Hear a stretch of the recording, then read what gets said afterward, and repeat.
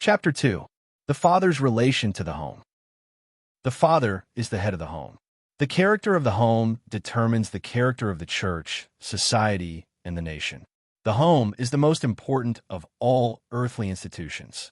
The problems of society, the church, and the nation, if ever solved, must be largely solved in the home. The home is both a civil and divine institution.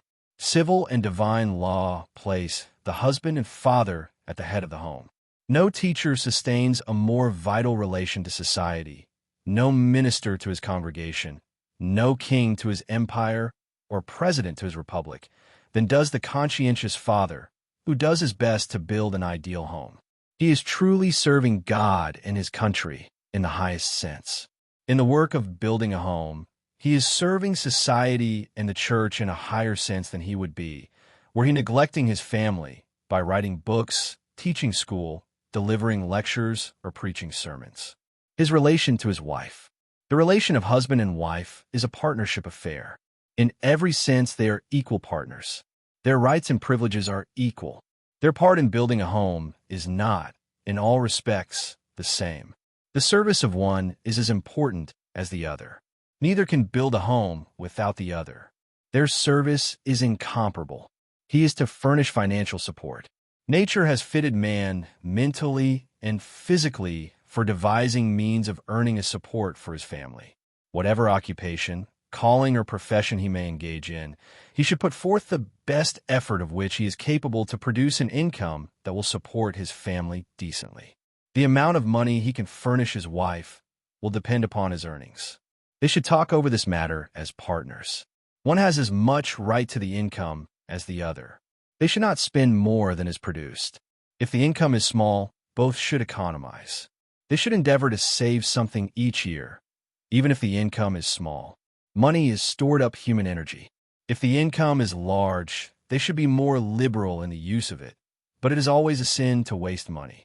The husband has no right to cause his wife to beg him for money, to meet her personal expenses or the expenses of the children. The money is not exclusively his own.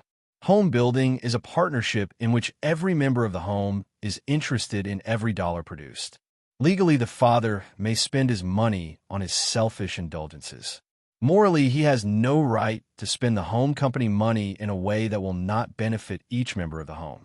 For a father to annually spend $50 or more on tobacco or drink and refuse corresponding amounts to his wife and children to be spent needlessly by them is as dishonest as for a member of a firm or the president of a bank to misappropriate the funds of a partner or a depositor. He is to furnish moral support.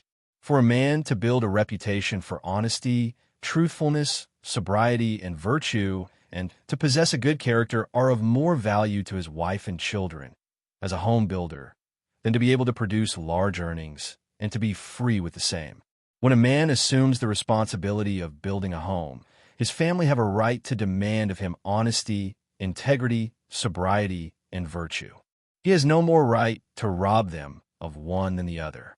He is to love his wife. While the romance of courtship and the honeymoon cannot be continued for life, yet he should always show her a deep respect, a manly courtesy, a true love, and absolute loyalty to his marriage vow. The relation of the father to his children. Each child born into the home is a new member added to the partnership. The children have financial, social, and moral rights that should be respected by the parents. While civil law and God place the father at the head of the home, this does not give him special rights and privileges or constitute him a boss or ruler, but he should so conduct himself that the family will regard him as their protector, supporter, and advisor. He should not swear, tell vulgar stories, use tobacco, or indulge in strong drink unless he is willing for each member of his family to follow his example. As partners in the home, they have the same moral rights as himself. He should be to his children a chum, a friend, a companion. He should constantly endeavor to make the children happy. There are times in the home when the father's decision must be law. He must support his family. The law holds him responsible for their support and for their deportment as citizens. As long as they are underage, if they contract a debt or damage property, the law holds the father responsible.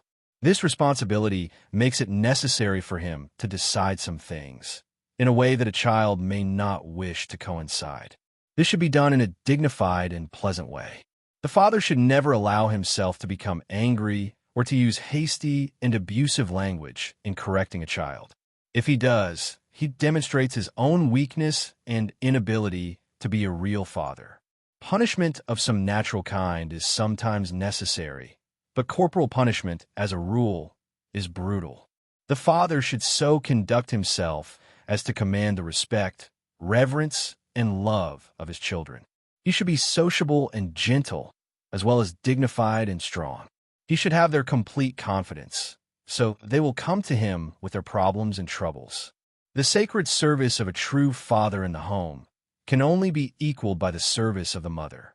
The fathers who toil long and late, study and strive to support, educate and train a family of children to become good citizens and devoted Christians will receive a rich reward here and a royal welcome yonder.